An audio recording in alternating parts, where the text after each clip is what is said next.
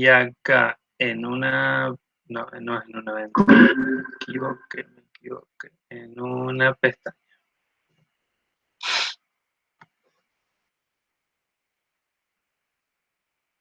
¿Lo ven ahí?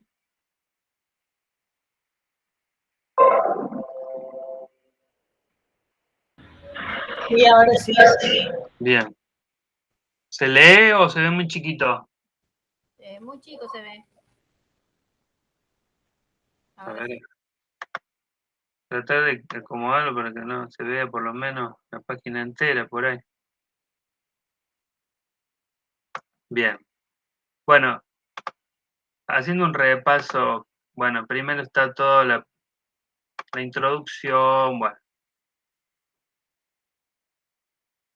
Pero, por ejemplo, en la introducción, ahí primero, donde está el título definición, está definición de urgencia en salud mental. Una cosa es la definición de salud mental y otra que está en la ley.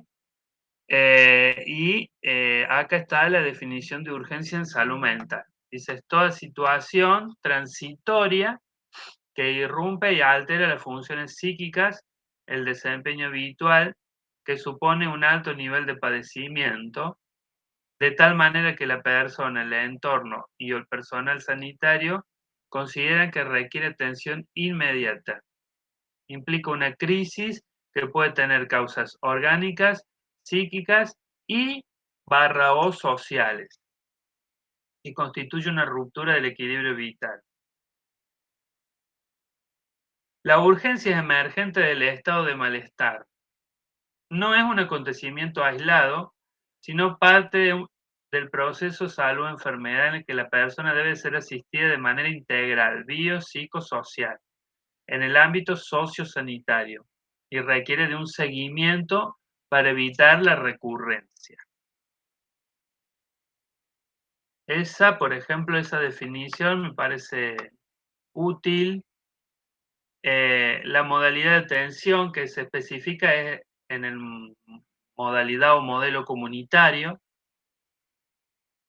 Ustedes van a ver que casi todos los protocolos más actuales, todos hacen hincapié en el modelo comunitario, es decir, que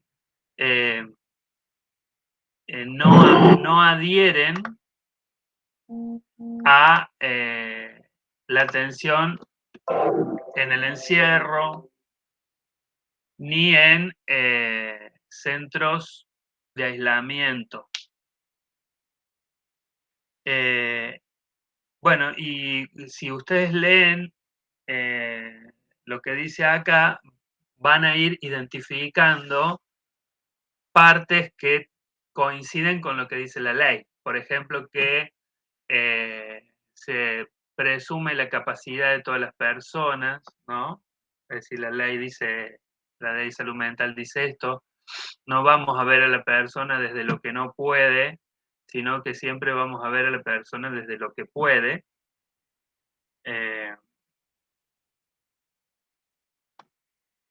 Hace mucho hincapié en el seguimiento,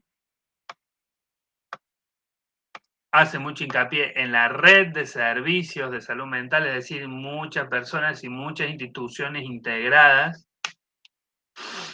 como centros de salud, hospitales generales, centros de integración comunitaria y otras instituciones. También como redes informales de la comunidad, porque puede haber, qué sé yo, líderes barriales, personas que colaboran ad honorem, una iglesia también. Bueno, eso más o menos es el marco general. Después está el marco legal, bueno, la importancia de que toda intervención sea con consentimiento informado, es decir, que el paciente se le informe todos los procedimientos que se van a realizar. A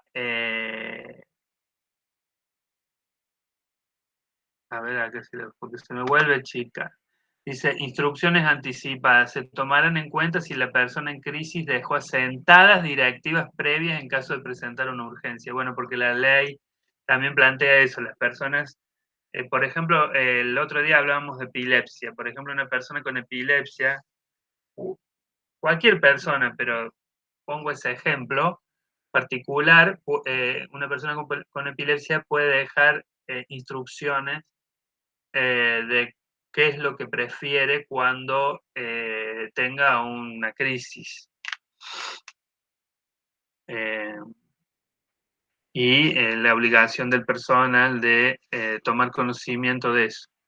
Y que todas las prácticas son bajo confidencialidad, es decir, que la información del paciente, de lo que le pasa, de las características de su crisis, el diagnóstico, todo eso tiene que ser manejado bajo secreto.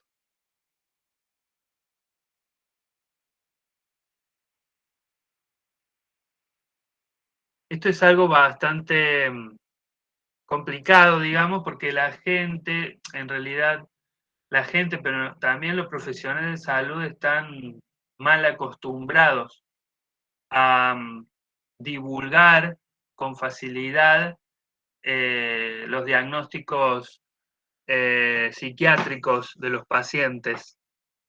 Eh, este tiene esquizofrenia, aquel tiene depresión, aquel tuvo un brote psicótico, como que no se respeta el derecho del paciente de no ser señalado con el dedo por haber tenido o tener esas condiciones.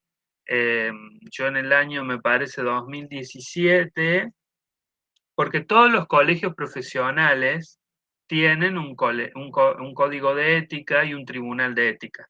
Los médicos, bueno, todos los abogados, los psicólogos también. Digamos que el código de ética marca un poco el deber ser de la profesión, de cómo deben ser nuestros actos, de cómo se deben respetar los derechos de los pacientes, y el Tribunal de Ética está para decidir, en caso de que haya denuncias, si alguien cometió una falta y cuál es la sanción. Yo en el 2017 denuncié a una colega que trabaja en el Hospital Regional Pasteur, porque no sé si por ahí alguien se acuerda, eh, yo creo que fue un auto que circulaba por la ruta 9 vieja, no sé si cerca de Tío Pugio, por ahí, que estaba desnuda o semidesnuda caminando a la orilla de la ruta.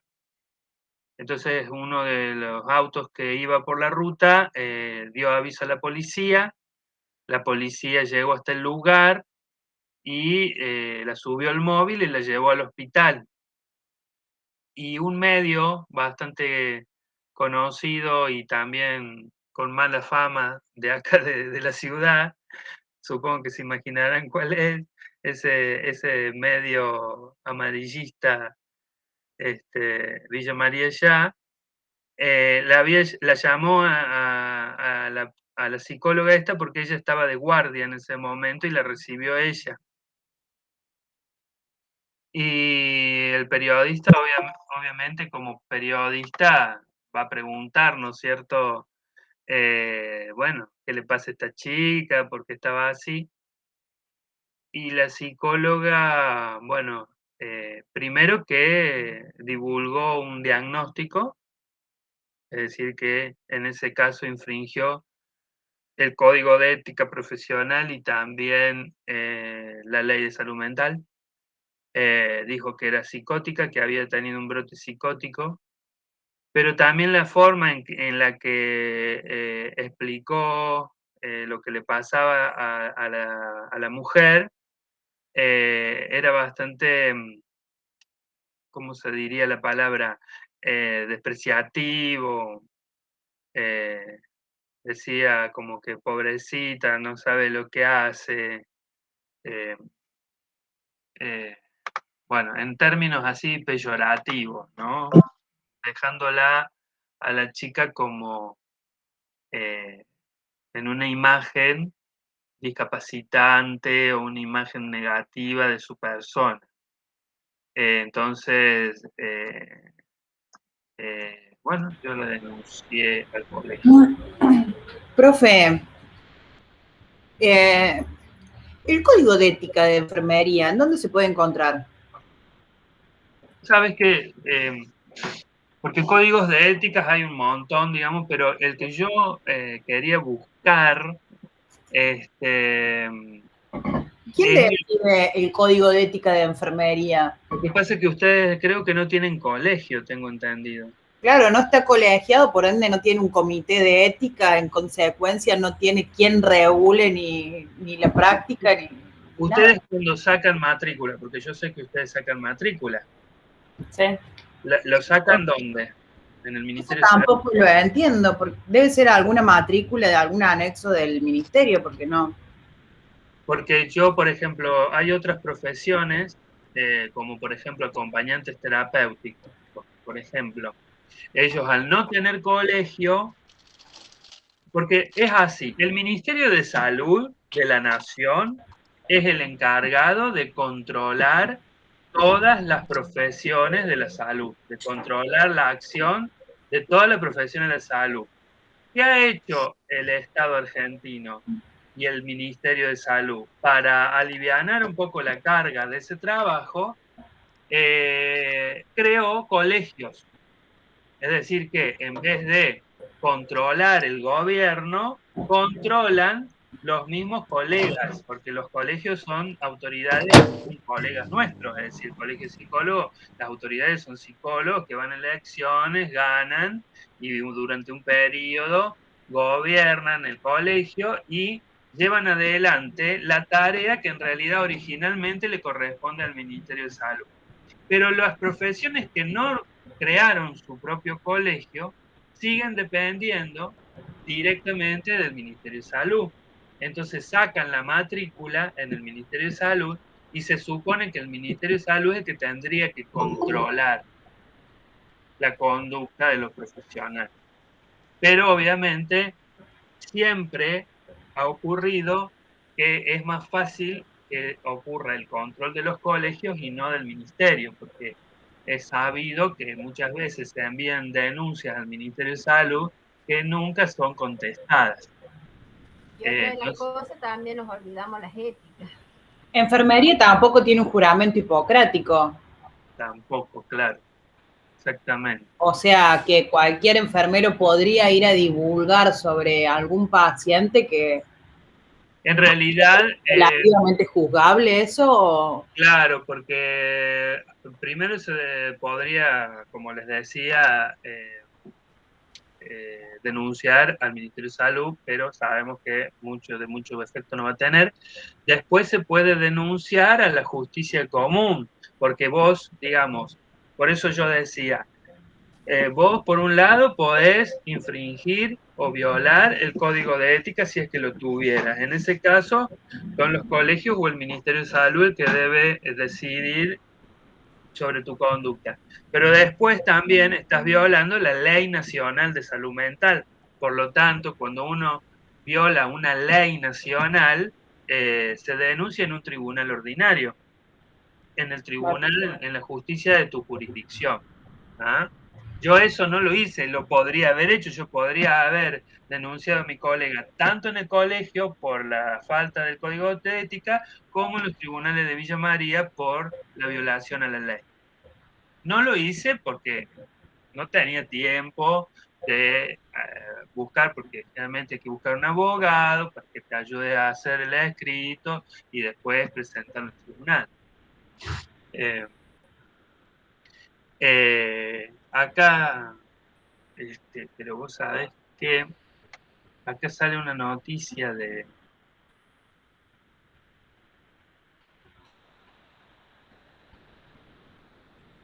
Ah, acá, ahí les voy a compartir la... Encontré la noticia de aquel momento.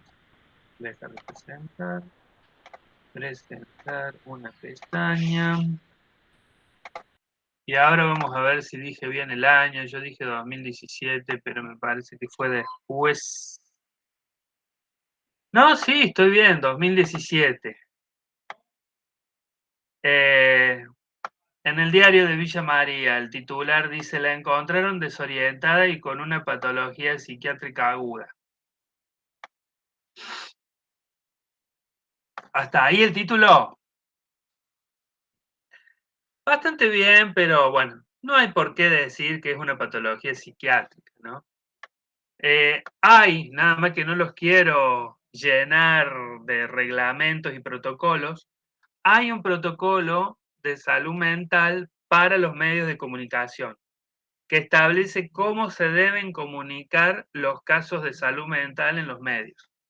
Pero eso sería para los medios. Bueno, pero por ejemplo, para esta señora colega, tendría que haberla sabido, digamos, al menos tenerla leída. Bueno, dice: una joven mujer de 24 años identificada por la policía. Ven, acá ponen el nombre, por ejemplo. Eso no deberían haber ponerlo. Este, por ejemplo, es un error del diario. Fue encontrada en las últimas horas caminando sola, desorientada y con algunas lesiones de menor consideración en la vera de la ruta 158. Mira, yo cerca de Dalmacio Vélez, pensé que era la ruta 9. Inmediatamente después de tomar conocimiento del caso y considerando el estado en el que la mujer se encontraba, desde la municipalidad de aquella localidad se dispuso su traslado al Hospital Regional Pasteur para que fuera evaluada por los profesionales. Ingrid, bueno, habría manifestado ser de Santa Fe, pero también dijo del sur del país, obvio, estaba desorientada. Bueno, en cuanto a lo físico, habría sido por una caída sin gravedad. No obstante, de su estado de salud psicológica no se puede decir lo mismo, por lo que desde Pasteur se recomienda un minucioso examen en ese sentido. Bueno, y acá está abajo lo de la licenciada, dice: de acuerdo con lo informado por la licenciada en psicología Patricia Ríos Leiva, integrante del Servicio de Salud Mental, la paciente ingresó a las 23 con una patología psiquiátrica aguda. La ley y el protocolo para los medios de comunicación recomienda que no se hable de patología psiquiátrica en los medios, sino de un padecimiento mental o un sufrimiento mental. Padecimiento o sufrimiento. Y tratando de sacar la palabra psiquiátrica, porque tiene un peso estigmatizante pesado cuando alguien dice es psiquiátrico o está psiquiátrico, ¿no? Bueno, acá están las palabras de la licenciada. Dice: la trajeron y está absolutamente desorientada, tiene bajo peso y necesita ayuda especializada. Y miren lo que dice acá: como una internación en un hospital monovalente, y en este caso sería Oliva. ¿Qué estaría mal de eso? ¿Qué dice la ley? ¿Dónde deben ser tratados? Dice en un polivalente y tiene que tener atención ambulatoria o internación en el caso de que fuera absolutamente necesario. Exactamente, exactamente. Digamos, más allá que después nosotros sabemos y hemos hablado de lo difícil que es todavía lograr que los polivalentes tengan el servicio adecuado, yo todo eso lo reconozco, pero acá, como está dicho, digamos, es como que la licenciada nunca se enteró que la ley dice que la recomendación es que tiene que ser ahí donde ella está trabajando, no derivarla a otro lado. Mi consulta es, esa psicólogo, psiquiatra, ¿ya la había estado tratando o no? No, por primera vez.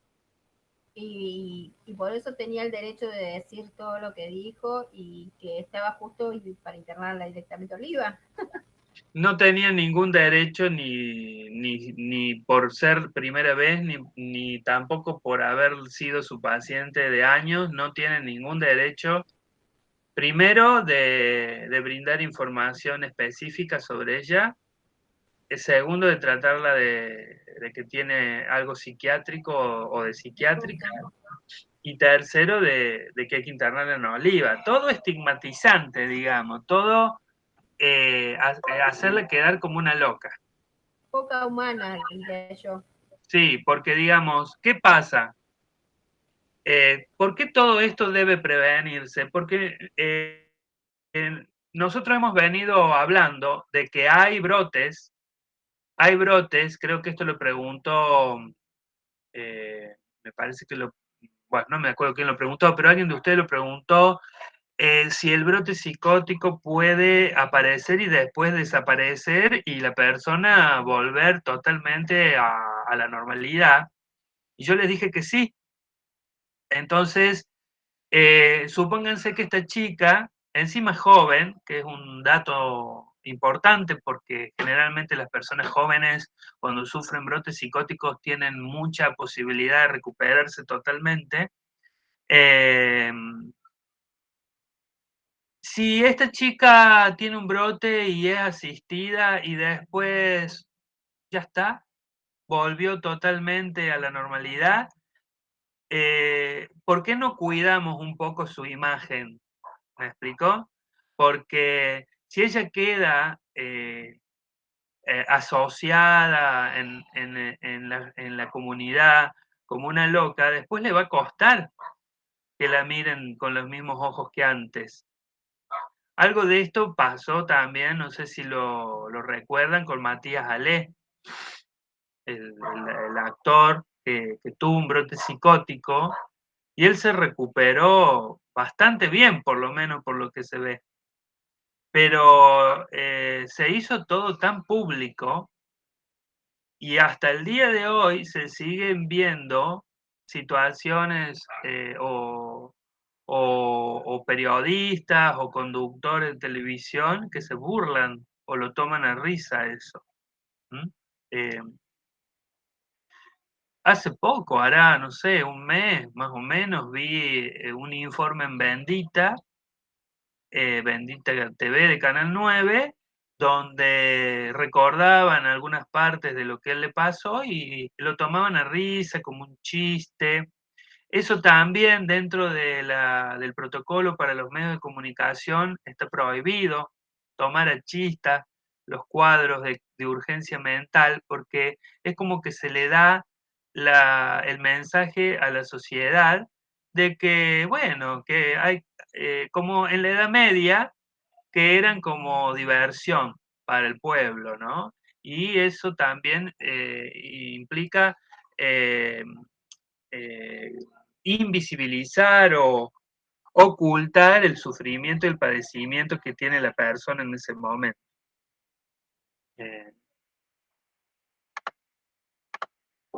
Bueno,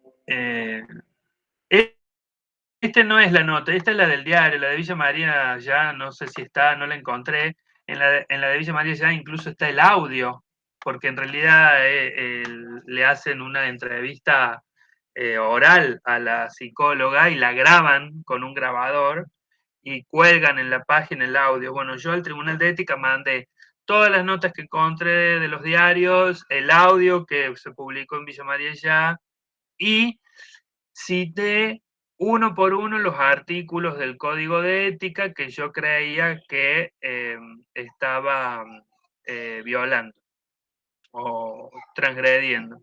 Eso, bueno, a ella la sancionaron por eso.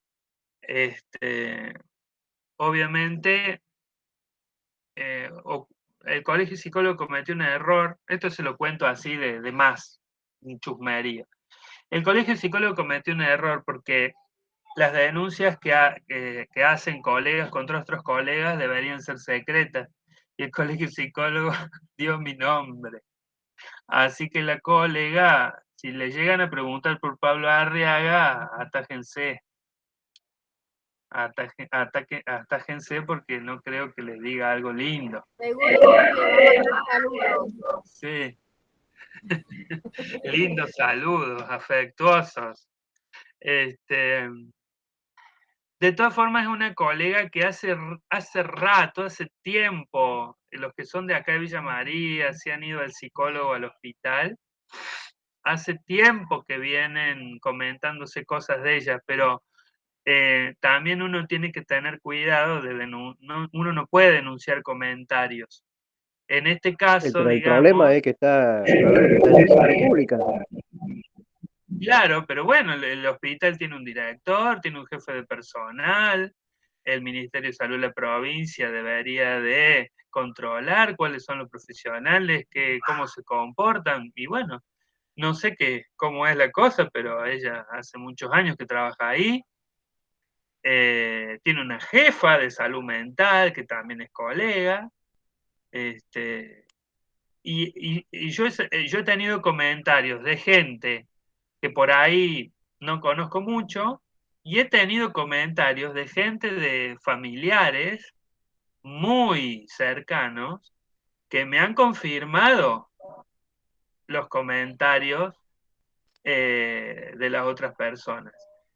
Digamos, ¿cuál es el comentario más fuerte? Ella es muy religiosa. Hasta ahí todo perfecto. Digamos, cada uno tiene libre derecho de creer y practicar la creencia que mejor le guste. El tema es que impone a los pacientes, no sé si impone, no a través de la violencia, pero eh, les insiste o trata de convencerlos. Entonces, muchos pacientes van con ella a la iglesia. Digamos, ella los atiende en el consultorio y después los domingos, porque es una iglesia evangelista, eh, los lleva a la iglesia como parte de la terapia. Ujú. Primero que, digamos, en el Código de Ética del Colegio de Psicólogos, uno no debería de mantener un vínculo con el paciente por fuera del consultorio. O al menos evitarlo, ¿no? Obviamente, si yo me encuentro con un paciente en un casamiento, no me voy a ir corriendo, pero no fomentarlo. Y segundo, que uno tendría que, desde la profesión, ser lo más neutral posible en cuanto al tema de las creencias, ¿no? Es decir, no meterse en ese tema porque cada uno tiene sus creencias y eso no debería de ser para el psicólogo un obstáculo ni para el paciente. Pero bueno, digamos, esas cosas yo en aquel momento, 2017, yo las tenía como comentarios y no las pude nunca comprobar, por lo tanto no se puede enunciar un decir, pero en este caso, donde queda todo plasmado, publicado y hasta un audio con su voz, sí es un material objetivo que uno puede utilizar como prueba. Bueno, esto un poco venía a colación de lo que dice acá el protocolo, ¿no? Con respecto a la confidencialidad que tan pocas veces se cumple.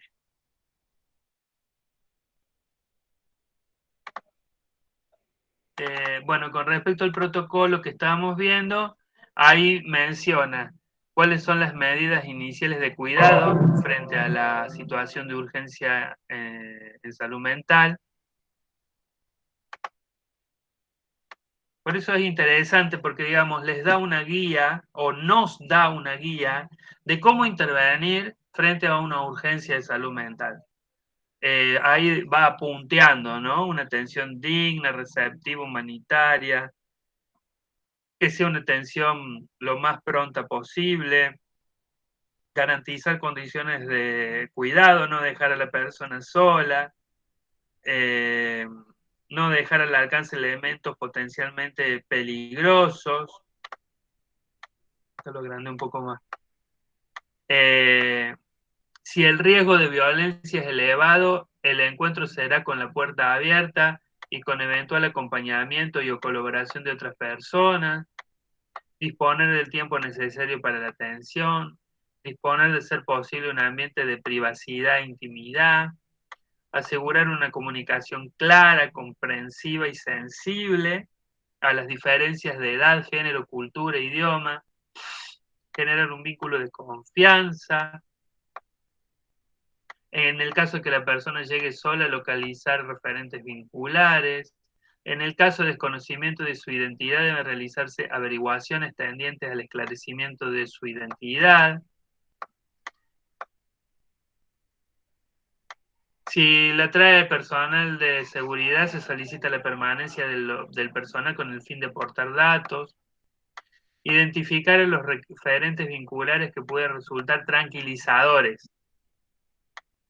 En caso contrario, deberán ser incluidos en momentos diferenciados.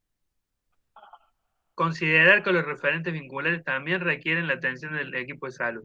Bueno, acá, ¿qué está diciendo? Está diciendo que vamos a tratar de tener la colaboración de los familiares o amigos que resulten tranquilizadores para el paciente. Si en realidad los ponen nerviosos o lo empeoran en su malestar al paciente, tendremos que tener contacto con ellos en momentos diferenciados, es decir, en otros momentos, no en ese momento de la urgencia de salud mental. Y seguramente puede haber familiares que también requieran de atención en salud mental.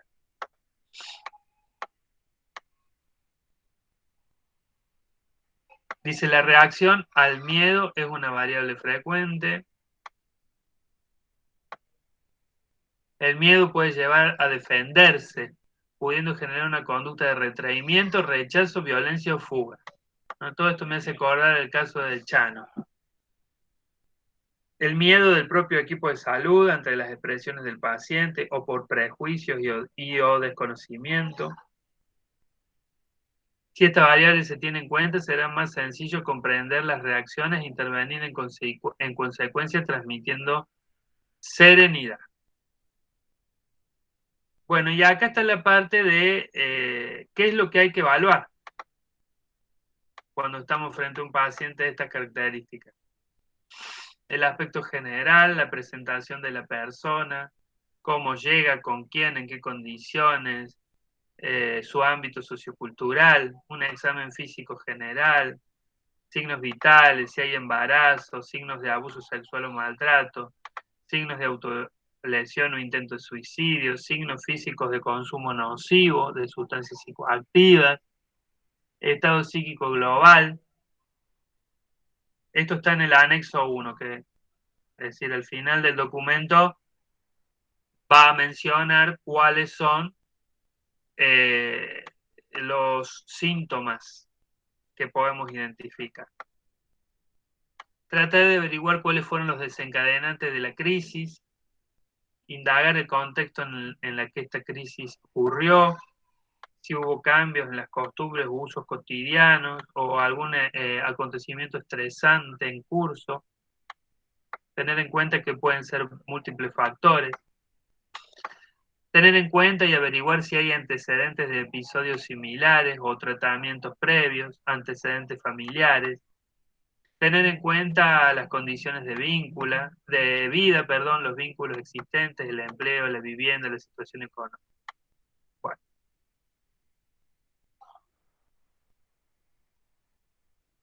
Y acá les da un cuadrito donde les muestra las manifestaciones más comunes que uno puede observar en las urgencias en salud mental. La primera es la excitación psicomotriz. En la segunda columna les explica cómo se manifiesta. Actividad verbal y motora aumentada e inadecuada, respuesta exagerada a estímulos, miedo, ansiedad, irritabilidad, impulsividad, alteración de las funciones psíquicas, alucinaciones, delirios. Bueno, posibles factores causales en la tercera columna, es decir, cuáles podrían ser las causas de esta excitación psicomotriz, y el tratamiento, el tipo de tratamiento, digamos. Después sigue con otros tipos de cuadros que se podrían presentar. Inhibición psicomotriz, que es un poco al contrario del anterior, de la excitación psicomotriz. Los estados confusionales, que ahí los subdivide a los estados confusionales en ¿En cuántos? Bueno, no sé en cuántos. El primero, síndrome de confusión mental. Otros estados, en dos. Otros estados de alteración de la conciencia. Después, otro cuadro sería la crisis de ansiedad-angustia. Otro, un estado delirante alucinatorio. Y el último, síndrome relacionado con el uso de psicofármacos. Bueno, ven que ahí ya es más específico, dice síndrome extrapiramidal, síndrome colinérgico, porque de acuerdo al tipo de sustancia, el tipo de síndrome que va a presentar. Después está intento de suicidio. Ahí te manda a ver en la página en internet que se llama Lineamiento para la atención del intento de suicidio en adolescentes. Puede ser trastornos relacionados con consumo de alcohol. Ahí te manda a ver otros lineamientos. Eso hay que buscarlo aparte, digamos. Y situación de maltrato o abuso sexual también te manda. Son todas publicaciones del Ministerio de Salud Mental que se complementan con esto. Bueno, después te explica cómo abordarlo desde lo psicosocial y desde lo psicofarmacológico, y también explica la sujeción mecánica, que sería, en ese orden, digamos, las prioridades de la intervención. Es decir, dentro de lo posible, el abordaje debe ser psicosocial, psicoterapéutico, es decir, a través de la palabra, y el vínculo de confianza. Si vemos que el cuadro necesita un nivel de intervención más fuerte, vamos a apelar a la segunda opción, que es la farmacología. Y si vemos que a pesar de eso tampoco funciona, o por algún motivo la acción farmacológica no se puede obtener, vamos el último caso de intervención, que sería la sujeción mecánica.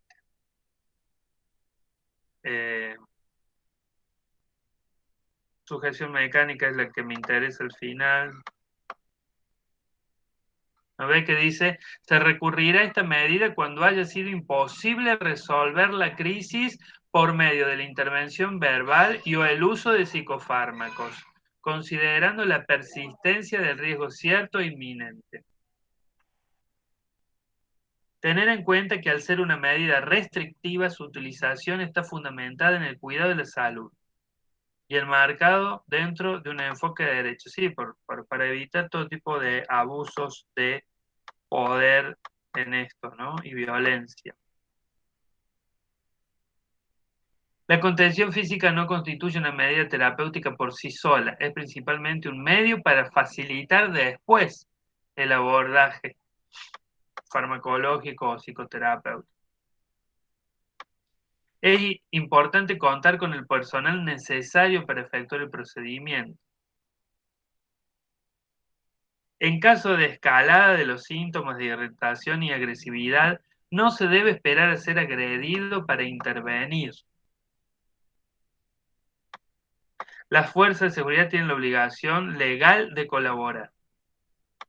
En caso contrario, es delito de abandono de persona. Y acá planteo un poco el procedimiento. Eliminar objetos peligrosos próximos. De ser posible, prever un espacio físico. Es decir, como que hay que planificarla la sujeción. No se hace ahí improvisadamente, ¿no? Fíjense acá, dice, contar con la ayuda de 4 o 5 personas. De nuevo me acuerdo en el caso Chano, ¿no? Que era el policía frente a frente con el Chano. Fíjense, 4 o 5 personas, es decir, una por cada extremidad, es decir, cada brazo, cada pierna, y otra para controlar la cabeza. Y alguien que coordine la intervención. Sujetar primero un brazo y la pierna colateral, contralateral, perdona, hasta sostener todas las extremidades, así como la cabeza. y según la intensidad del cuadro también se puede sujetar la cintura. Colocar la cabeza ligeramente incorporada para evitar aspiraciones. Evitar la opresión del cuello y el abdomen. Las sujeciones de cuero, material de consistencia similar o silicona, son las más seguras para realizar la contención. Bueno, con respecto a esto, hasta no hace mucho tiempo, yo diría 1 año, 2 años, en la cárcel sujetaban a los presos con cadenas. Cosa que hace años que está prohibido. Bueno, ahora lo hacen con precintos. La persona deberá ser evaluada y acompañada en forma permanente, controlar signos vitales, hidratación, vía aérea, higiene y necesidades básicas. Aflojar y rotar periódicamente las ataduras para evitar lesiones.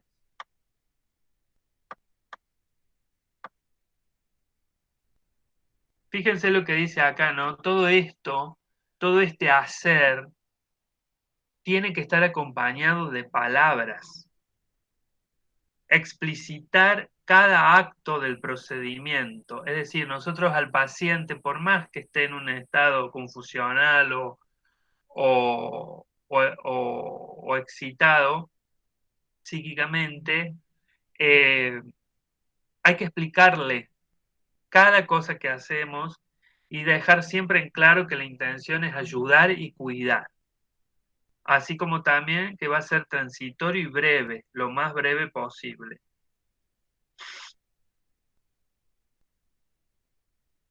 Se retirarán las medidas de sujeción cuando aparezca el efecto sedativo de los psicofármacos y el cuadro remita.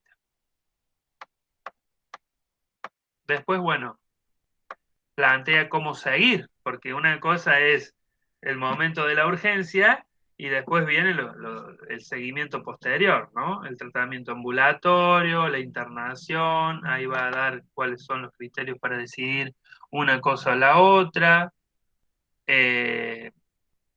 Para decidir el tipo de seguimiento, ahí dice que hay que evaluar la sintomatología de la persona, la respuesta de la persona al tratamiento, el grado de apoyo familiar y social que tenga. Fíjense lo que dice acá, lo que decíamos recién. La internación se debe realizar en hospitales generales e instituciones polivalentes, públicas o privadas. Se priorizará una atención en el ámbito comunitario. Si fuera posible, ni siquiera hay que internarla, digamos, en una institución. Facilitar la detección y asistencia pronta de recaídas, promover la autonomía e integración de cada persona en su entorno, manteniendo los vínculos y la comunicación con familiares, allegados y en entorno laboral social, socializar conocimientos y prácticas con la familia para que puedan comprender la situación, acompañar e intervenir activamente, disminuyendo el miedo a la locura, al padecimiento mental. Bueno, y acá dice que la internación voluntaria será en caso de que la persona no brinde su consentimiento para ser internada y se evalúe la persistencia de un riesgo cierto y inminente, ya que el bien superior es cuidar la vida sobre el bien de la libertad. Esto que está acá y que es exactamente igual a lo que está en la ley de salud mental, es lo que desmiente muchas de las versiones, no sé si ustedes han escuchado, con el caso Chano, cuánta gente ha dicho que el problema de la ley de salud mental es que no permite la internación involuntaria. No sé si han seguido el caso, ustedes, yo por ahí lo seguí por los medios de comunicación.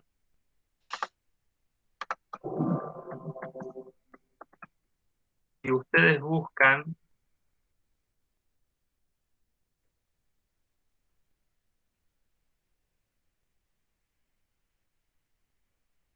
a ver si lo encuentro, hay una una nota, creo que en el diario Clarín. Acá está, mira.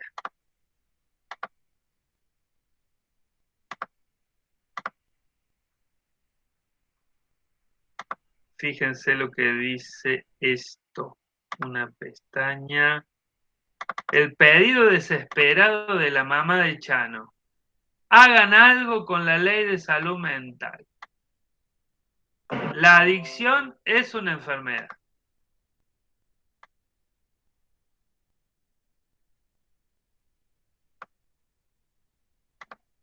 Nadie es la mamá contra la policía. ¿Cómo yo voy a estar en contra de la policía y capilla del Señor? Que es la gente que nos cuida y que han ayudado a mi hijo tantas veces. Acá solo hay víctimas. Marina, no se No hay mi hijo. No voy a contestar ninguna pregunta. La primera víctima es mi hijo. Está luchando por su vida. La mamá de Alberto, la que está sufriendo como yo. ¿Cómo está su hijo? Y toda la mamá de todos los chanos que padecen la adicción y que piden ayuda y no tienen respuesta. Yo solo le digo una guardia médica para que me ayude a mi hijo. Y sabía que se iban a encontrar con alguien. Sí, estaba mal. Yo solo pedí ayuda. Yo no sé quién tenía que mandar o cómo es el procedimiento. Solo pido que hagan algo con la ley de salud mental, porque estamos todos los padres de los enfermos. La adicción es una enfermedad. La adicción es una enfermedad. Y nadie nos da respuesta. Está lleno de padres que no tienen visibilidad, que están golpeando puertas. Y nadie... ¿Pudieron escuchar algo? Sí. Dice, hagan algo con la ley de salud mental.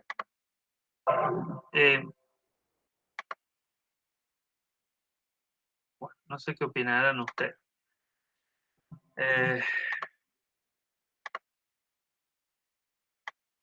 Esto me hace acordar mucho a, no sé si se acuerdan, el caso de Axel Bloomberg, este chico que, el hijo del ingeniero Bloomberg, que después se postuló, no sé si a diputado, senador, que ganó, creo, que fue caso de un homicidio en ocasión de robo, Secuestro. un secuestro, sí. Secuestraron el hijo. Sí, pero era por un tema de robo, ¿no? O por algo así, pedían una recompensa, lo terminaron matando. Le pedían secuestro, le pedían recompensa por el hijo Sí, y lo terminaron matando. digamos, en muchas ocasiones cuando pasan situaciones de este tipo, que, bueno, en el caso de Chano, por suerte no murió, pero estuvo ahí cerquita, pero en el caso de Axel Bloomberg, lamentablemente falleció. Y muchos otros casos que ocurren y que por ahí no salen a la luz en los medios, eh, o salen pero no tienen tanta repercusión como las personas que por ahí tienen, no sé, por algún tipo como el Chano que es músico, es famoso, qué sé yo.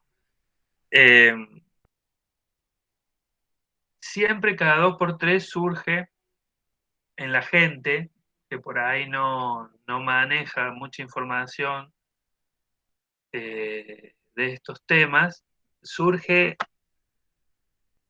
la idea de que lo que está mal es la ley.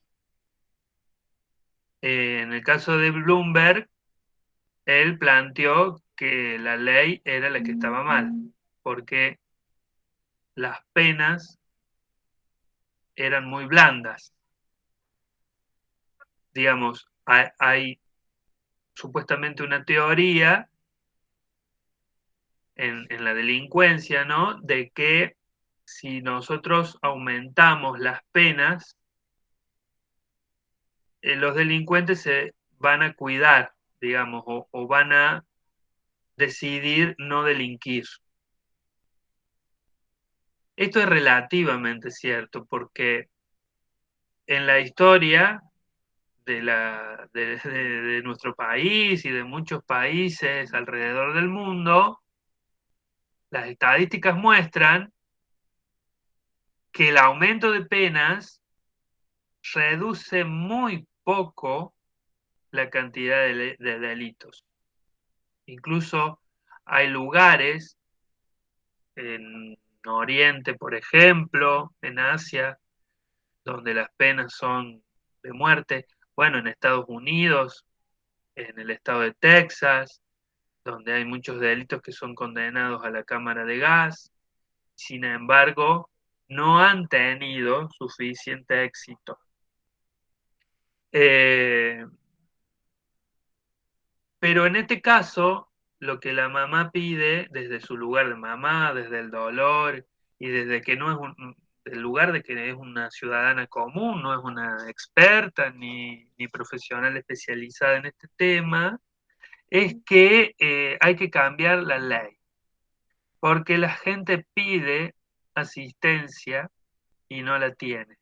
Es decir, ella lo que está diciendo es que su hijo hace rato que viene con este problema y ella hace rato que viene pidiendo ayuda y nadie se la da. Me parece, según mi humilde opinión, que el problema no está en la ley, porque la ley, yo les acabo de leer, que está diciendo que hay que acompañar a la gente en las comunidades, que hay que hacerle un seguimiento, ¿sí? Que tiene que haber una red de contención, ¿ah? Entre distintas instituciones, formales, informales, que los hospitales y las instituciones polivalentes tienen que estar preparadas para estas situaciones. Les acabo de mencionar que las medidas de sujeción tienen que hacerse como mínimo entre 4 o 5 personas. Y esta señora, en un momento de este reportaje, menciona que era solo el policía contra su hijo, que utilizó el arma para reducirlo porque el Chano tenía una cuchilla. Si ustedes ven la filmación de la escena donde sucedió lo que sucedió, el cuchillo es ese, vieron que para cortar pan, ese que es largo con serrucho, pero no es una cuchilla afilada. No estoy defendiendo, ¿no? Porque sí o sí lo iba a lastimar al También, sí. si no escuché mal, la madre en un momento dice que pidió ayuda a un grupo de salud. ¿No dice algo así en la nota? Ella primero pidió al equipo de emergencia. Claro. ¿Viste? Tienen una prepaga, tienen un servicio de emergencia pago por cualquier cosa. Bueno, llamó a ese servicio que ya tenía contratado y ese servicio llamó a la policía para apoyo, digamos. Lo que pasa es que... Lo que pasa es que el personal del servicio debería estar capacitado para este tipo de situaciones. Claro. Y contar con la cantidad de gente necesaria para, en todo caso, si no lo pueden, si no va por su propia voluntad, no va con fármaco, como decía recién usted, ¿cómo se dice? No es reducirlo, pero tendrían... Exacto. Sumisión. Sí, claro, digamos. Viste que ahí decía que tienen que ser 4 o 5. Después, en el protocolo de seguridad, porque ahora estamos leyendo el protocolo general, ¿no? Para dentro de lo que es salud. Después está el otro protocolo, que es el primero que les mandé, que es específicamente para el personal de seguridad, que dice que el policía nunca puede mostrar el arma frente al paciente, porque eso lo pone más violento. Claro, pero sería lo mismo, tampoco la policía está instruida para esto, porque sería lo mismo que si le llamaras a un familiar que le provocara peor estado. Exactamente. En la declaración del policía, porque el policía, no sé ahora actualmente, pero hasta donde yo seguí el caso, estaba imputado por tentativa de homicidio, no sé cómo habrá quedado ahora la causa, pero él hizo una declaración, porque el juez lo llamó y le preguntó qué pasó, por qué hizo lo que hizo, y él le dice que él le dispara porque él intentó calmarlo y como no se pudo calmar, el paciente primero le quiso hacer daño a la mamá, porque la mamá también estaba en ese momento tratando de calmarlo junto al policía. Entonces, si vos ves que la mamá intenta intervenir y lo que logra es alterarlo más, lo que el policía tendría que haber hecho es retirarla a la mamá, pedir el refuerzo policial inmediato para que haya 4 o 5, o actuar junto a los profesionales de salud si realmente están entrenados. Y, como dice ahí en el protocolo, ir con un brazo, con el miembro inferior de la contraparte, el otro que te sujete la cabeza. Generalmente las personas de estas características se sorprenden por detrás, para que no se pueda defender.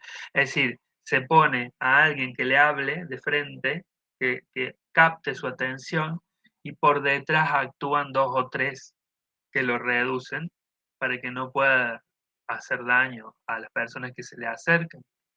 En otros países, en Estados Unidos, es mucho más fácil.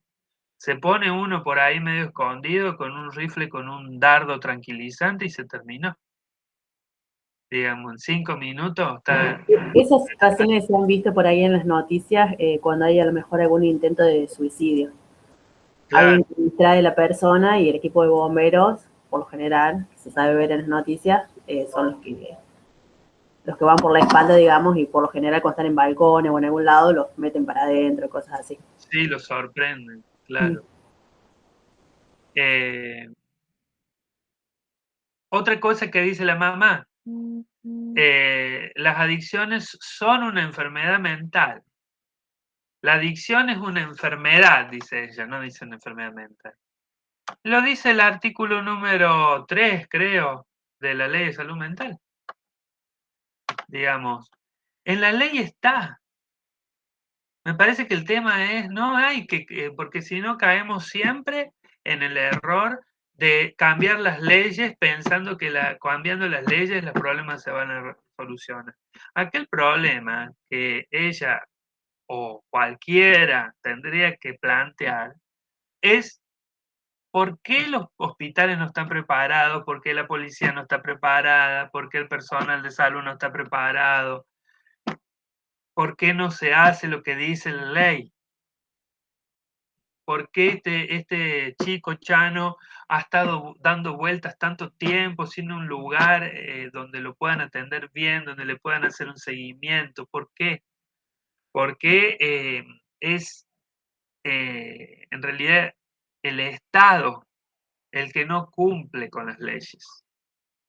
Porque si no, siempre caemos. Este es un problema que tenemos los argentinos, digamos.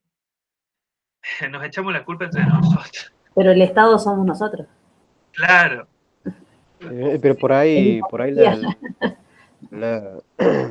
no se busca mucho la solución porque por ahí son problemas menores a diferencia de otros.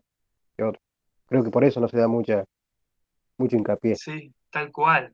Vos fijate que sí, digamos, no son casos así como que pasan todos los días. Me parece que a eso te referís, Pablo. Pero digamos que Exactamente. cuando pasan son bastante No sé jodidos. si, quizás, no sé si es que son problemas menores. No están cerca nuestro, quizás por eso no nos notamos o no los vemos.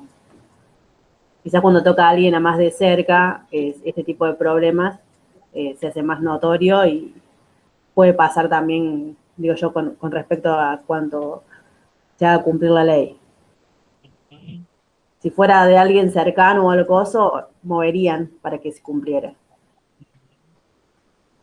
Desde mi punto de Fíjense vista. Que ustedes, yo por ahí, ¿cómo? no, porque yo por ahí me refiero al punto de vista de demanda, porque vos podés poner quizás a lo Claro, mejor, te hablo de una ciudad chica, pones a alguien, a un psiquiatra a las 24 horas en un hospital y No. capaz que está 5 días al pedo y no sirves. A eso, güey. exactamente. El tema es cuando hay alguien con un brote psicótico y se necesita, no está. Claro, exactamente. Acá fíjense, digamos, también lo que ocurre muchas veces es que en las noticias sale que se mató a alguien o se hirió de cuchillazo a alguien, pero no está relatado como un caso de urgencia en salud mental, digamos, no se informa, digamos. Entonces uno lo toma como que fue, bueno, puede haber sido un robo, puede haber sido, no sé, y en realidad es uno de estos casos. Un caso que no tuvo tanta repercusión como la de Chano fue donde muere un policía por un hombre que estaba en un cuadro de brote psicótico. Fíjense, digamos, ocurrió al revés que en el caso de Chano, digamos, porque en el caso de Chano el agredido fue el paciente. En el caso que les estoy comentando, el agredido y la víctima fue el policía que intentó intervenir en frente a un paciente en estado de crisis. Y en este caso, esto sucedió en marzo, creo, sí. En marzo, la noticia es del 10 de marzo, pero debe haber ocurrido a principio de año.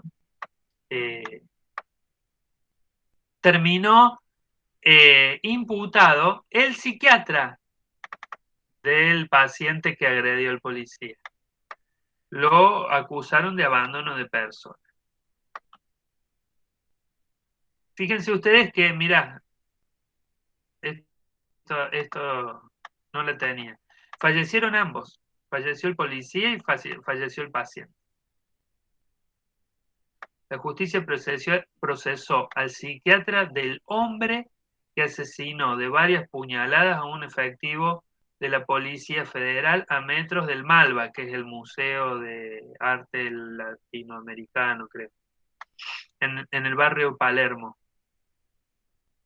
Fue en el 2019 el caso.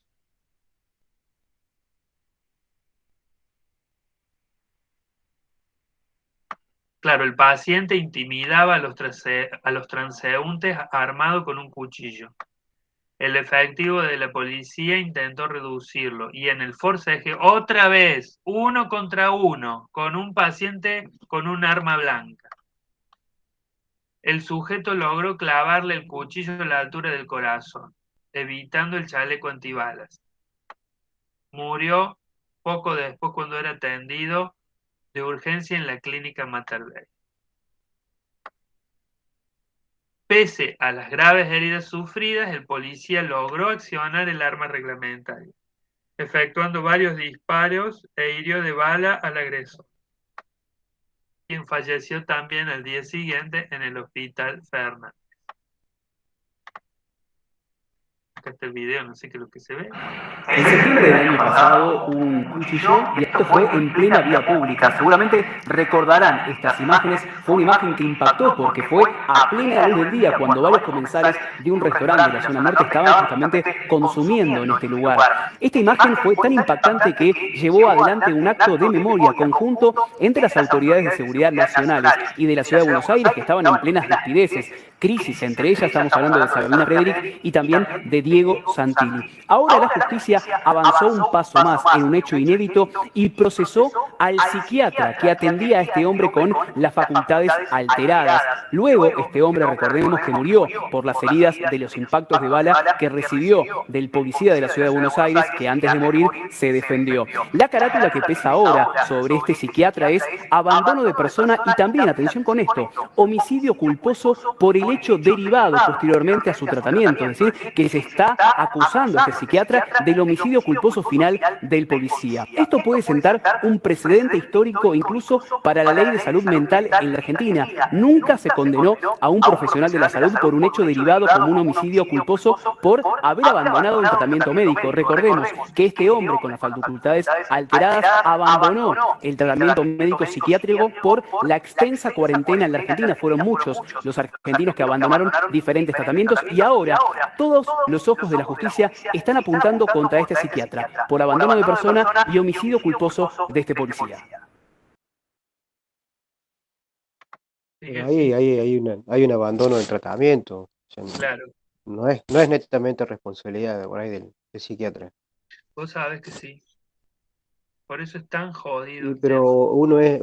uno es responsable de cada paciente, y si más pacientes tenés, más responsabilidades tenés, y Sí. es un arma de doble filo al final. Es complicado para los psiquiatras, los psicólogos recibir este tipo de pacientes que tienen patologías graves, es complicadísimo.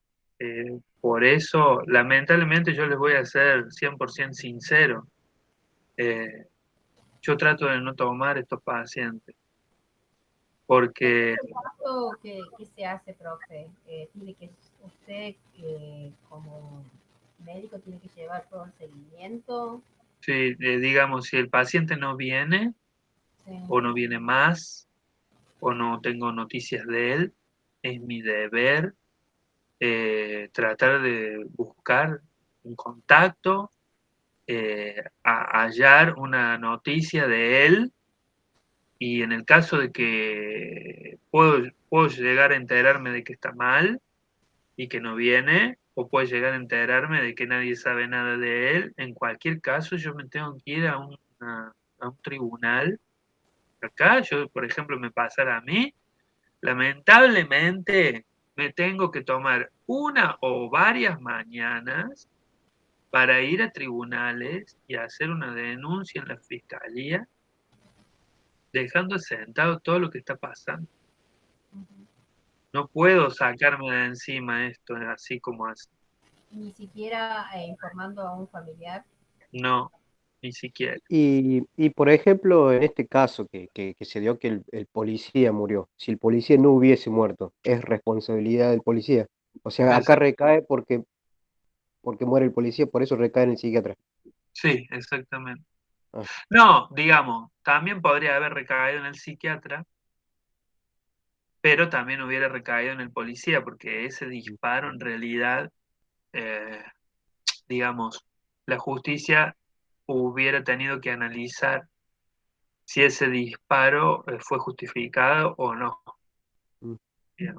Evidentemente que no, porque la única forma en que ese disparo esté justificado es que el policía diga, bueno, mire, yo actué conforme al pie de la letra del protocolo.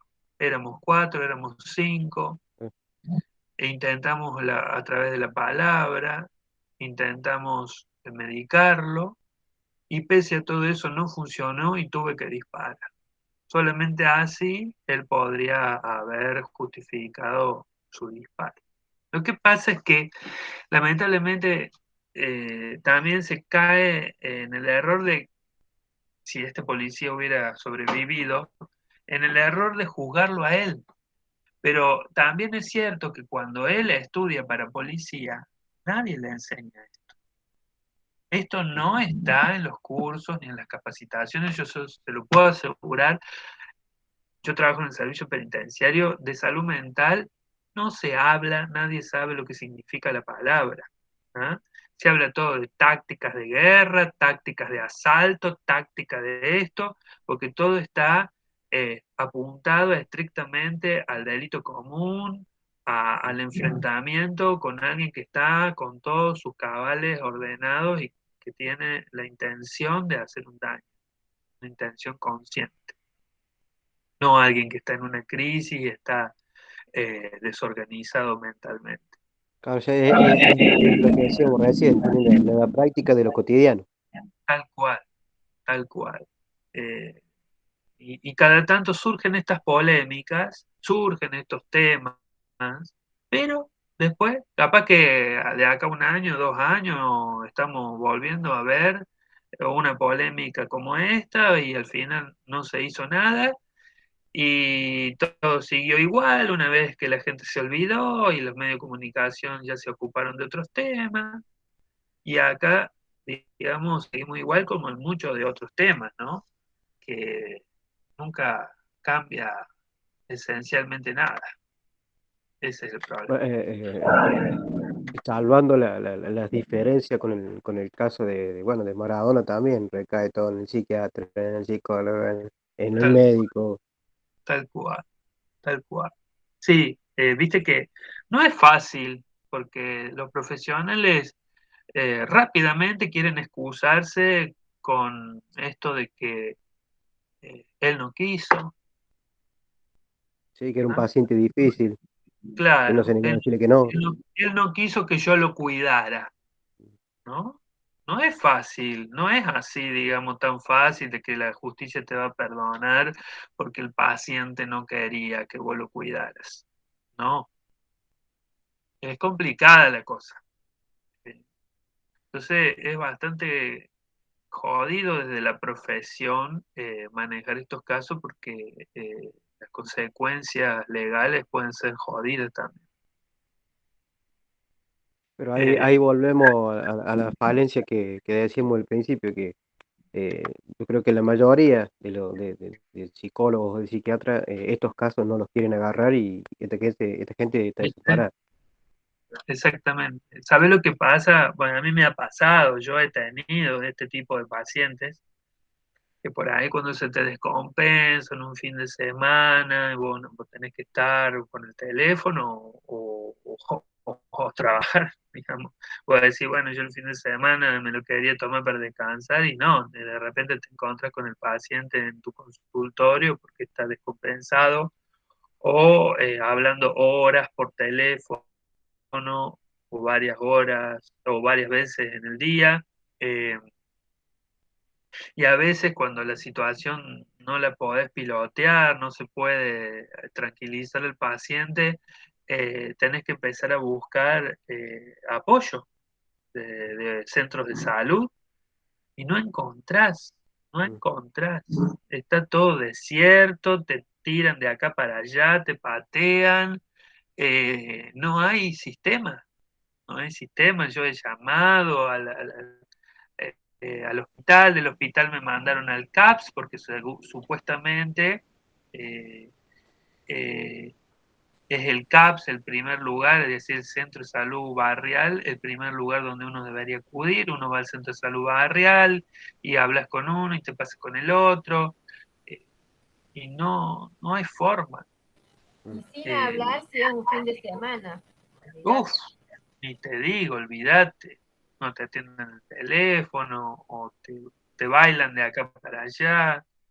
En la policía nadie te da una respuesta. Yo, por ejemplo, salvando las diferencias, ¿no? Porque no es un cuadro de urgencia en salud mental, pero me ha pasado también con mujeres golpeadas, que yo la he acompañado a la policía a hacer la denuncia, no encontrás a nadie que te recepte la denuncia, que te empieza a plantear, pero ¿por qué venís vos? ¿Por qué venís con ella?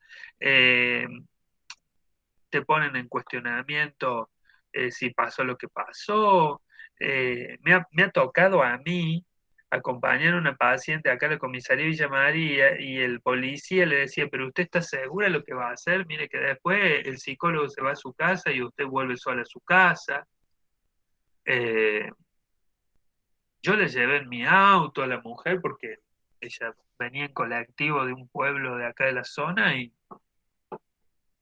hice un trabajo para convencerle y después el policía la ahuyentó, digamos. Bueno, ahora por lo menos existe el polo de la mujer. En aquella época, cuando yo estoy hablando, no existía ni eso, digamos. Eh, pero, digamos, esta soledad de que te encontrás de repente como profesional Pero, profe,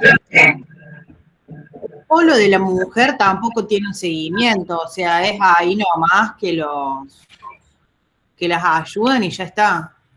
Sí, no, y que les refugian, digamos. Ya está, digamos.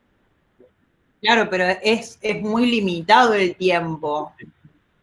Sí, porque yo te digo que más o menos lo conozco porque el personal del servicio penitenciario, los guardiacárceles, hacen adicionales en el pueblo de la mujer. Las mujeres, las guardiacárceles mujeres hacen adicionales ahí, es decir, custodian el pueblo de la mujer. Y lo que me decían Claro, mi prima está trabajando y también, o sea, decir que allá llega la mujer, se hace la atención, se ve cómo está, se le acompaña el médico si es necesario, se le refugia a ella 1 o 2 días con sus hijos o sola, depende. Pero después, o sea, una vez que está bien, que se reincorpora, que yo hizo la denuncia y todo, es como la paloma que le abren la jaula y vola sola. pues, sí. Lo que me decía una chica que es guardia cárcel, que va a hacer adicionales ahí, me decía, a mí me hacen ir con un arma. Dice, ¿qué se supone? Que si viene el marido o la pareja de esta chica y quiere romper la puerta, ¿qué hago yo con el arma? Empiezo a tirar tiro como loca, le muestro el arma, le digo que la voy a usar. ¿Qué hago? Dice, porque verdaderamente que es muy complicado porque, a ver, en ningún lado está escrito que si ella muestra el arma, necesariamente el hombre que quiere entrar te va a frenar con eso, por ahí te saca otra arma. O por ahí se pone más violento con esa actitud. Y la persona que realmente va a buscar a su mujer ya no está en su caballo, va Y decidido claro, a todo, claro, va decidido a todo, o sea, hasta usar el arma de la chica penitenciaria. claro, El exactamente. tema es que también necesitan más contención, o sea, los psicólogos, psiquiatras ahí, no es solamente darle un Sí. resguardo hasta hacer la denuncia y después... Y hay poca contención de ese sentido, Liliana, porque me ha contado esta chica también que ha habido mujeres muy adictas que se han refugiado ahí y que han entrado en abstinencia, Claro. porque obviamente estando encerradas ahí adentro no tenían que consumir y empezaban a caminar por las paredes, por los techos, por todos lados y nadie iba a atenderlas, Claro. un psiquiatra, un médico. Por eso siempre pasa lo mismo, ¿viste? Se abre el lugar, se sale por todos los diarios, la televisión, y está Schiaretti, Sí, está es como que tenés el médico. momento que sos golpeada, la contención ahí, y después como que quedás sola a la deriva porque no tenés contención más nada, o sea, pero también está la otra problemática, que yo lo he escuchado, que por ahí la mujer decidida a irse, a separarse, a no estar más en el hogar, tiene la contención, realizan toda la papelería, realizan todo lo que es en la policía y a la semana vuelve la señora. Ah, sí, Y sí, es como que le hiciste hacer todo el trámite, hiciste toda la exposición, y todo, y, tal cual, y, tal y cual, 15 sí, días y la es señora así. volvió con el hambre. Es así también lo que... tiene que ver, lo que pasa es que hay personas que se ve que al tener ese trato es como que ya se hace una costumbre. Claro, También está la otra opción, es que a veces terminan como cansando de que la molesta y no le queda otra claro. que volver. O sea, Sí, hay hay mujeres que... varias causas que Sí, pueden pasar en...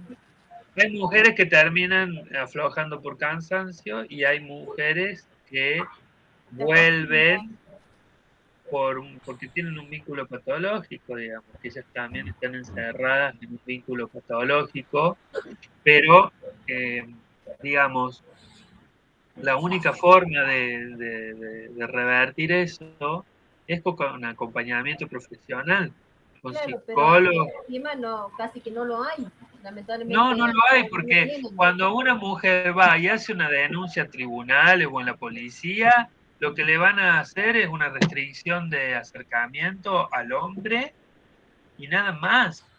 Digamos, después no van a tu casa a preguntarte cómo estás, si vos tenés ganas de volver, te derivan a un psicólogo para revisar esas ideas. No, no, nada de eso existe. es un oficio en un papel que te ponen ahí durante tantos meses, no puede haber acercamiento a tantos metros y ahí después vos arreglate. O de último un botón antipánico si se repitieron las denuncias, pero nada más, digamos. Y más de una vez ha pasado que los hacen volver directamente a la misma casa donde fue golpeada Sí. con su propio marido. Sí. Fíjate que tomamos la causa, todo, ya está, todo el papelerío y volvés te mandan de vuelta a la misma casa. en la gran mayoría de los casos donde hay restricción de contacto, la gran mayoría no se cumple. Sí. Porque después se terminan reconciliando. Muchas de las personas que están presas ahí en la cárcel por violencia de género tienen como 2 o 3 delitos que le hacen como una sumatoria, ¿no? Claro. Digamos, generalmente están por la violencia hacia la mujer y por desobediencia a la autoridad. ¿Por qué la desobediencia? Porque generalmente tienen una restricción de contacto que nunca cumplieron. Entonces, se los denuncia porque la violentaron a la mujer y porque no hicieron caso a la orden del juez de no acercarse. Y yo desde mi trabajo en la cárcel también lo vivo personalmente, de que hay mujeres que quieren ir a ver, digamos, las víctimas que fueron de ese delito por el cual la persona está presa, quieren ir a verlo. Porque bueno, porque viene el preso y te dice, no, porque estuve hablando y la verdad que ella está arrepentida porque fue un momento difícil que tuvimos y ahora reflexionamos. Y lo indicado sería que yo como psicólogo la cite a ella y trabaje con ella esas ideas de por qué quiere volver con él, ¿no? ¿Qué es lo que vio que cambió? ¿Qué es lo que justifica su intento de recomponer el vínculo? También Ese lo vemos sería... del lado al revés, también a veces el hombre es el maltratado por la mujer, que a veces como siempre somos las mujeres que estamos más, que nos defienden, pero hay muchos casos también de A hombres veces sí, maltratados. a veces sí, a veces, pero no son la mayoría. Y, digamos, eso es lo que yo debería hacer, ¿no? Trabajar con la mujer. Pero ¿qué pasa? En la práctica, en la realidad, somos 4 psicólogos para 1.200 internos. Por lo tanto, yo ni la llamo a esta mujer para preguntarle nada, porque no tengo tiempo. Y si la llamo una vez, con una vez no me va a alcanzar y va a ser peor. Sí. Digamos, uno al ser el personal tan insuficiente, uno vive apagando fuegos, digamos. Nunca puede profundizar en nada. Todo es ir a lo superficial, acomodar un poquito y seguir con otra cosa. Lamentablemente es así. No hay recursos. A veces no tengo dónde atender a la persona. A veces tengo el tiempo y no tengo el lugar. Entonces, es difícil, digamos, que se puedan resolver las problemáticas de esta manera.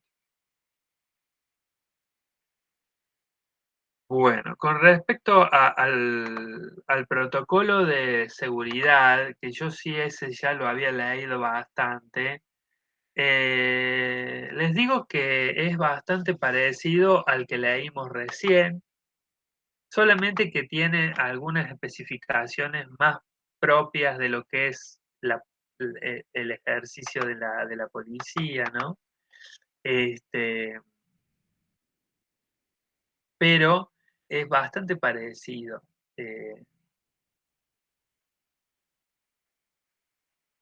Dice, en el caso de agitación o excitación, solo pueden ser utilizadas la sujeción cuando se haya intentado ver previamente otras estrategias menos agresivas. Es lo mismo que decía el protocolo que estuvimos leyendo anteriormente. Lo único que yo encuentro diferente así a simple vista es lo del tema del arma, que ahí sí está bien especificado que no, que en lo posible no debe usarse y que si se usa debe estar escondida. O que no Y, ¿y por qué no las taser, eso, las armas esas Sí, taser para reducir? viste que se reavivó la polémica sobre Sí, las taser, estaba a esa partir también. del caso Chiano. Sí, pero Mm, no hay acuerdo, digamos, hasta el momento. Hasta incluso tengo entendido que hay una cantidad en la ciudad de Buenos Aires, mm, hay una cantidad de armas taser compradas que debido sí, a que no ha habido un acuerdo legal, están ahí guardadas.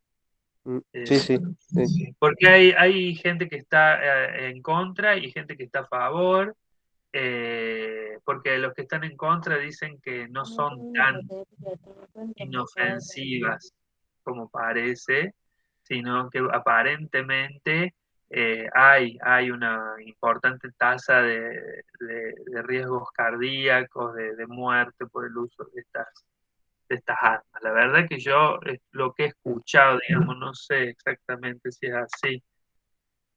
Sí, bueno, Eh, el yankee lo soluciona con eso. Reduce así, sí, el policía yankee. el yankee lo usan, pero a full, digamos. Mm. Eh, Vieron, acá les estoy mostrando el protocolo de seguridad. Fíjense que lo mismo plantea que el otro protocolo, evaluar la situación, breve valoración de las conductas, el riesgo, eh, intentar con estrategias verbales como primera medida, el estilo de comunicación tiene que ser calmo y seguro, evaluar la conciencia, ahí tira un par de preguntas que hay que hacer para ver si está orientado en tiempo y espacio, eh, antecedentes de hechos similares, ¿vieron? Bastante parecido al protocolo que estuvimos viendo antes. Eh, Sí, sí, volvemos a lo mismo. Lo teórico está hermoso, lo teórico. El tema es lo hermoso, práctico. exactamente. Eh,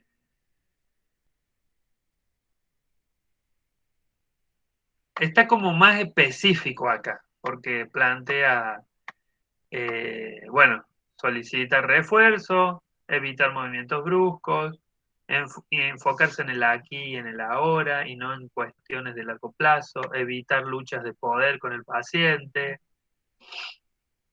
utilizar frases afirmativas, utilizar tono de voz suave y firme. Estas cosas nosotros las podemos tomar, digamos, como tips para actuar nosotros en caso de una urgencia. Evitar dar consejos o todo lo que sea ponerse en un nivel superior al del paciente. Tratar de no hacer chistes, ¿ah? No mostrarse hiperactivo, sino calmo y con control. Remover los curiosos de la escena, típica palabra policial, remover. Eh, Pararse en un ángulo de 45 grados respecto a la persona.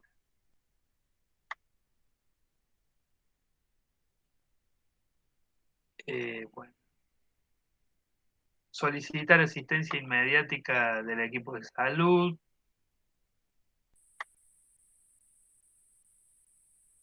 Bueno, ahí habla lo del pariente o familiar, depende de qué efectos generen en el paciente. Bueno, es bastante específico. Después está al final, cuando hay que ir ya a lo bife, cuando hay que sujetar. Da un ejemplo, menciona la ley, hay contención verbal. ¿Cómo se hace la contención verbal? Sujeción mecánica. Acá está.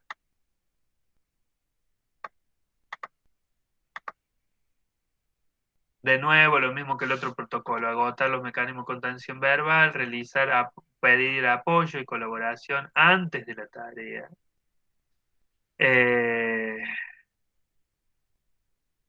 Bueno, y ahí te dice lo de los brazos, las cabezas, actuar con tranquilidad. La posición de contención ideal es de decúbito supino. Ahí me mataron, chicos, no sé si ustedes saben qué quiere decir eso.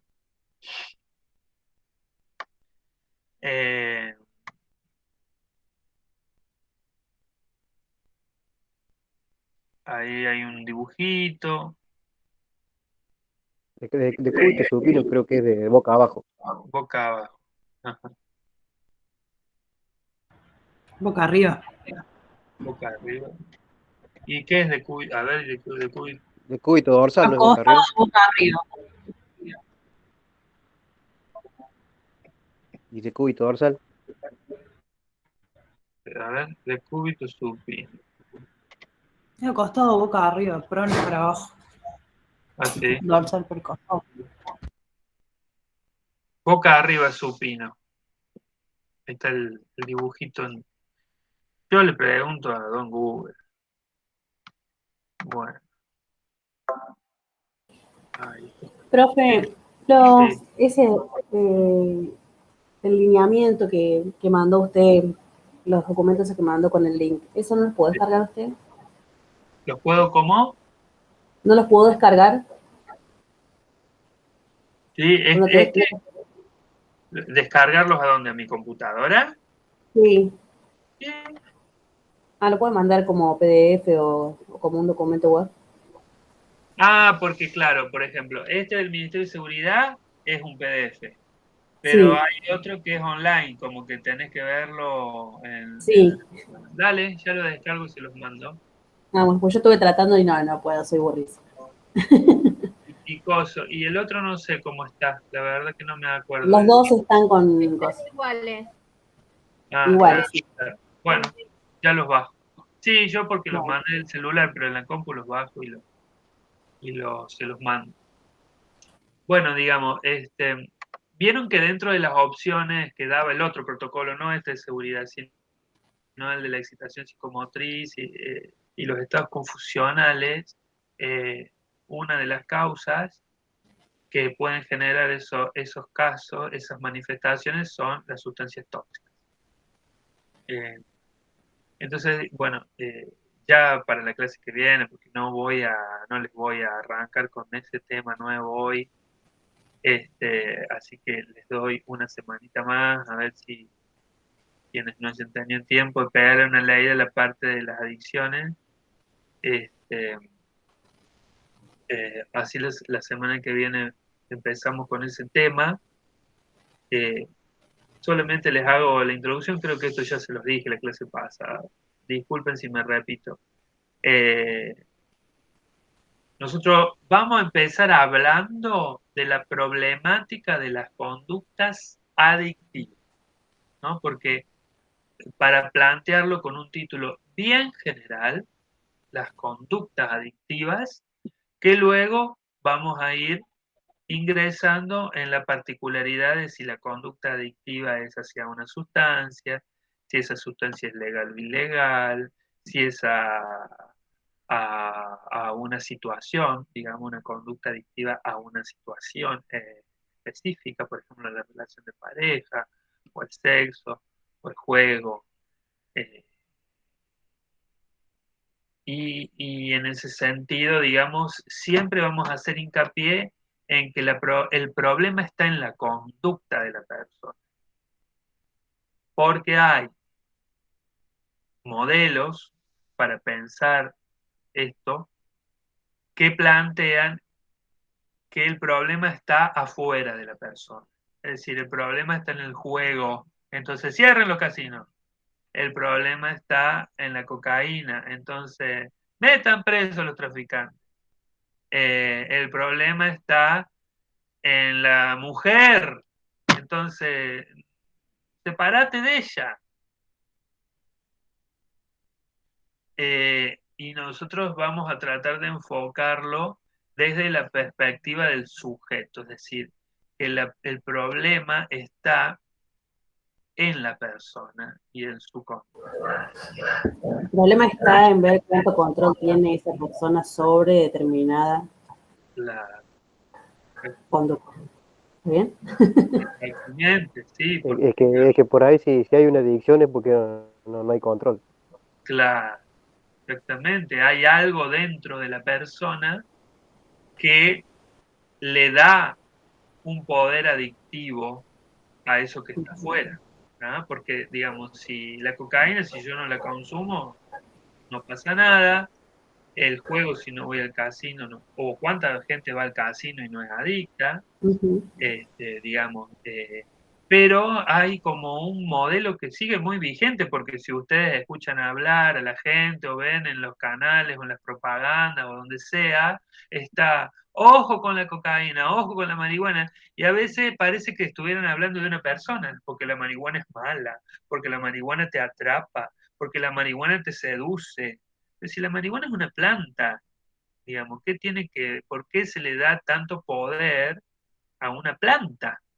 ¿No? Digamos, esta forma de pensar le quita la responsabilidad al sujeto, al paciente. Le echa la culpa a cualquier cosa y no le permite o no refuerza la idea de que el problema es él. Sobre todo cuando sabemos que las adicciones en general, el primer problema que tenemos que ver cómo resolvemos es que el paciente no lo reconoce. El paciente lo niega. Y si encima que el paciente lo niega, nosotros le vamos a decir, es la cocaína la mala, pobrecito, te atrapó, estamos reforzando su negación. Eso es fundamental, ¿no? Tratar de evitar excusas y evitar justificaciones del paciente. El adicto en el fondo, ¿sabe que está mal? Generalmente en el fondo sabe, Ajá. sí, pero no lo quiere reconocer. También no depende del grado de adicción que tenga. Sí, sí, depende. Depende, sí, es muy importante el grado de adicción, pero les digo yo por experiencia que la gran mayoría en el fondo sabe. Eh, porque tienen sus momentos de angustia, tienen sus momentos de malestar, pero no te lo van a reconocer. O van a decir que esa angustia o ese malestar es por otra cosa, no es por la droga. Porque siempre está esa fantasía de que ellos controlan a la droga. Tienen esa fantasía de que ellos tienen el poder y de que no tienen ningún problema, porque en el fondo lo que ellos evitan todo el tiempo es eh, darse cuenta de que no pueden. ¿Me explico? Es decir, porque son personas que evitan todo el tiempo verse frágiles, verse vulnerables, y verse que necesitan una ayuda. Eso lo van a negar a muerte. Ellos no necesitan ayuda, ellos pueden con todo, eh, y la primera, digamos, en un tratamiento de adicciones a sustancias, bueno, en cualquier adicción.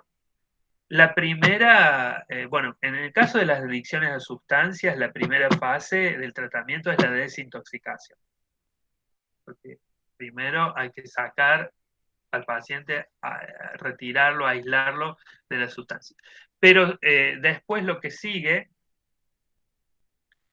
y que en casos de adicciones que no son a sustancias sería el primer paso, es la conciencia de enfermedad, es trabajar en la conciencia de enfermedad. Es decir, la conciencia de enfermedad es cuando un paciente puede aceptar que está enfermo, que es el primer desafío que hay que lograr en el caso de las adicciones. No así con otros padecimientos mentales, por ejemplo, la depresión, generalmente los pacientes tienen la conciencia de enfermedad. Ellos no se resisten ni se niegan, así como muchas personas que tienen angustia o una neurosis, generalmente no tenemos que empezar por ahí, porque el paciente dice que sufre y pide ayuda. Pero en el caso de las conductas adictivas, tenemos esta particularidad de que los pacientes generalmente no piden ayuda y generalmente llegan obligados o por una necesidad extrema, porque en el caso de ustedes como enfermeros va a ser muy común que caigan en casos de urgencia, porque se han intoxicado demasiado, porque han sufrido un accidente, porque han sufrido una lesión, porque se han peleado con alguien, bueno, y bueno, han tenido algún problema de salud que los lleva a un centro de salud, pero cuando uno quiere tocar la causa de eso, que es la adicción, aparecen una cantidad impresionante de justificaciones y argumentos de negación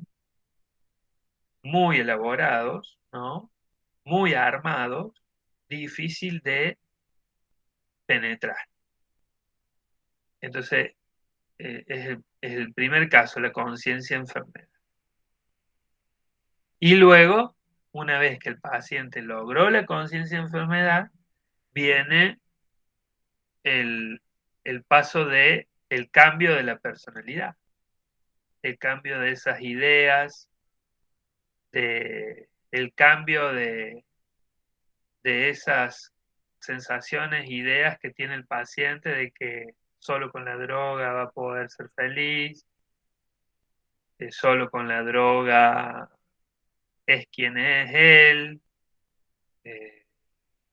Detrás están todas estas creencias, ¿no? De que ellos, los beneficios, ¿no?, que le da la droga, que no lo van a encontrar de ninguna otra manera. O también las tristezas, los traumas y los sufrimientos que tapa la droga. Eso ya es lo último, digamos. Si no tenemos un paciente con conciencia, esto otro último no podemos ni tocar. Bueno, les dejo. ¿Alguna duda? ¿Alguna...? No, solo ¿Cómo? si puede mandar los archivos mejor. Sí. Ahí lo hago porque después me olvido. Bueno, profe. Bueno, nos vemos la semana que viene. Bueno. Chao, profe. Chao. Chao.